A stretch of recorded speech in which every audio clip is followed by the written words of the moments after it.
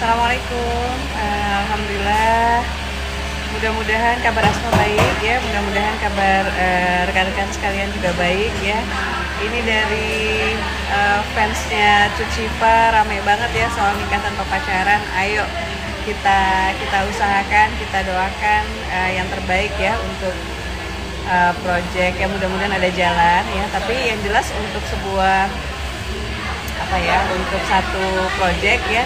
Kalau film itu kita tergantung PH gitu. Nah jadi nikah tanpa pacaran saat ini sedang dilihat oleh dua production house. Mudah-mudahan salah satunya jadi. Dan kalau teman-teman dari Cuci Friends ya, Bun Cucifa dong. Oh Bunda mah mau banget gitu kalau ada proyek-proyek Bunda yang sama Cucifa ya.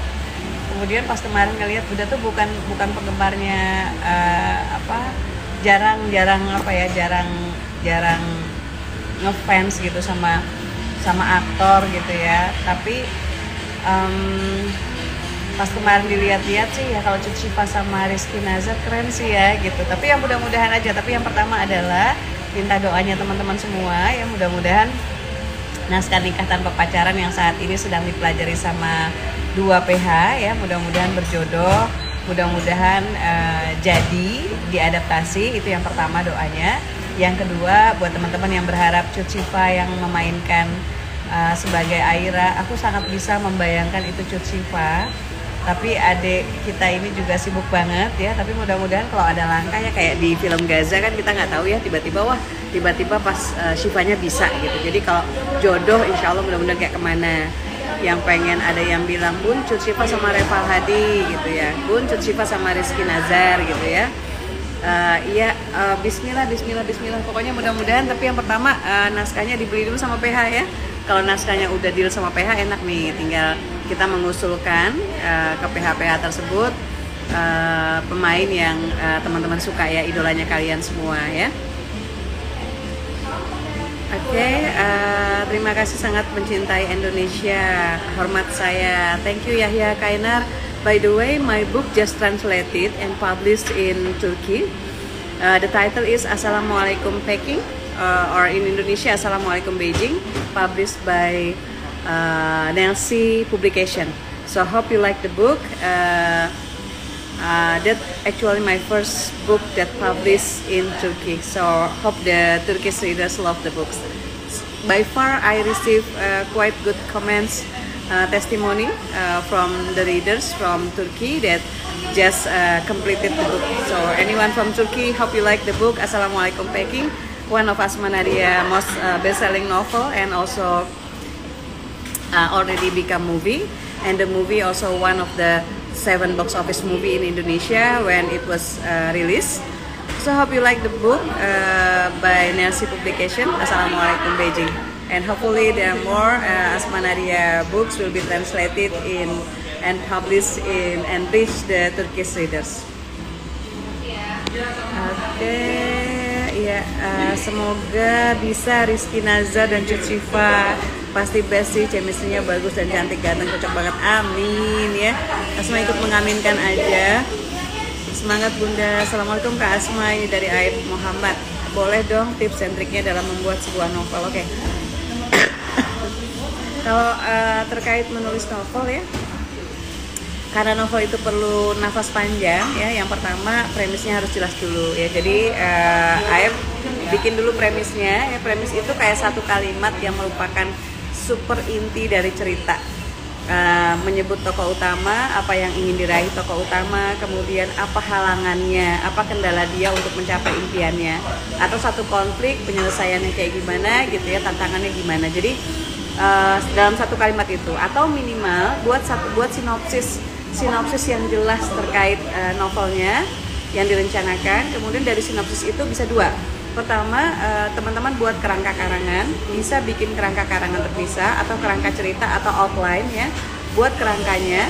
Atau teman-teman bisa, kalau mau gampang ya, versi gampangnya kan udah bikin sinopsis panjang nih, ya udah sinopsis panjangnya dipotong-potong gitu ya, dipotong-potong supaya masing-masing mungkin menjadi pokok pikiran tiap bab gitu, atau ya sekaligus menjadi outline dari novelnya. Jadi harus bikin outline dulu kalau menurut Asma, meskipun Asma mungkin termasuk penulis yang jarang bikin outline ya, kecuali kepepet. Saya ingat dulu tuh Rumah Tanpa Jendela sama Surga Yang Tak Dirindukan 3 itu saya bener-bener bikin kerangka karangan karena udah mencoba, waktunya mepet gitu ya, dan udah mencoba nulis dengan gaya bebas gitu, tapi waktu itu kayaknya nggak terlalu banyak yang lagi ada di pikiran, jadi nggak selesai. Jadi akhirnya saya mau bikin, saya terpaksa saya harus bikin kerangka karangannya supaya saya punya pijakan nextnya apa. Kemudian yang lain adalah karakternya. Teman-teman susun karakter yang bisa membawa amanat cerita. Jangan salah mendeskripsikan karakter. Kalau karakternya ini harus yang protagonis, ya bikin protagonis, jelas gitu protagonisnya gitu. Jangan protagonis tapi juga narsisis. Jadi akhirnya orang susah untuk empati sama tokohnya. Kemudian buat pohon tokoh. Nah, pohon tokoh itu pohon tokoh itu semacam setelah teman-teman bikin tokoh, pilih karakter yang ingin menggambarkan cerita. Kemudian teman-teman ini Asma lagi sharing tentang nulis novel ya. Teman-teman bikin tokoh, kemudian tokoh-tokoh itu teman-teman definisikan karakternya.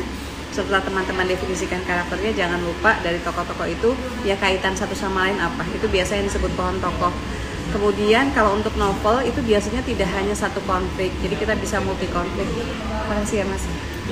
Bisa multi konflik, jadi teman-teman sekaligus bisa siapkan konflik sampirannya seperti apa. Jadi ada tokoh utama dengan konflik utamanya ya, dan ada konflik-konflik lain yang berjalan gitu seiring itu. Jadi ini yang bisa teman-teman siapkan. Kemudian yang terpenting dari nulis itu adalah mulai ya. Kebanyakan banyak yang pengen jadi penulis tapi nggak mulai gitu. Teman-teman harus mulai karena yang namanya action itu dibutuhkan gitu. Jadi kalau kita cuma ngomong, cuma pengen, tulisan kita nggak akan selesai kecuali kita punya mantra ajaib ya. Jadi teman-teman harus mulai, ayo do it now. Ini udah bentar lagi 2024 berakhir. Jadi teman-teman pengen punya novel tuh kapan gitu? Kalau pengen punya novel tahun depan ya berarti tahun depannya pertengahan 2025 atau misalnya tahun 2026, bikin target tiap hari atau bikin target. Teman-teman harus punya goal setting. Kalau teman-teman nggak punya goal setting, penulis itu profesi yang nggak ada bosnya, nggak ada orang yang akan nguber-nguber kecuali kita memang ikutan kelas ya, yang memang ada mentor yang mandu gitu. Kecuali kita kerja di media, kalau nggak akan yang nguber-nguber teman-teman untuk ayo novelnya dong, novelnya kapan nih, tulisan yang baru dong, bab baru dong gitu. Itu nggak akan ada. Yang termudah cara lain adalah teman-teman download aplikasi KBMF. Kemudian di aplikasi KBMF itu teman-teman coba untuk menyelesaikan satu bab, coba untuk mulai menulis di situ, dan coba bikin janji sama viewers ya, sama audiensnya bahwa naskah ini akan terbit bab barunya misalnya setiap hari atau setiap 2 hari sekali atau Senin Kamis gitu ya, naskahnya akan terbit. Supaya apa? Supaya kita punya deadline. Kalau kita punya janji seperti itu, kita punya deadline. Kalau enggak, kita akan ya udah kapan aja jadi novelnya gitu, sesuka hati kita menulis, dan agak sulit gitu nantinya gitu kalau kita nggak punya goal setting gitu, nggak punya target. Jadi teman-teman harus punya target ya.